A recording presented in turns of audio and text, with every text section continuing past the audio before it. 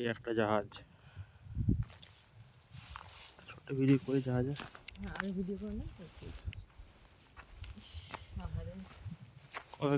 জাহাজগুলো এসেছিল, পরে আর ফেরত যেতে পারেনি আর কি।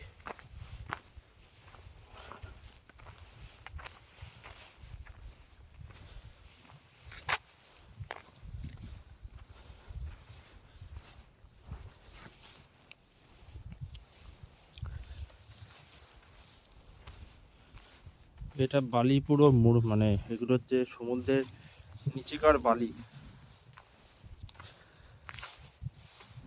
এই বালিগুলো এখন হচ্ছে হাওয়াতে ভেসে ভেসে সামনের লোকালিটিতে যায় এবং এগুলো সমুদ্রের তলার বালি বলে ক্ষতিকর নাকি, যেটা কি আমাদের বললো।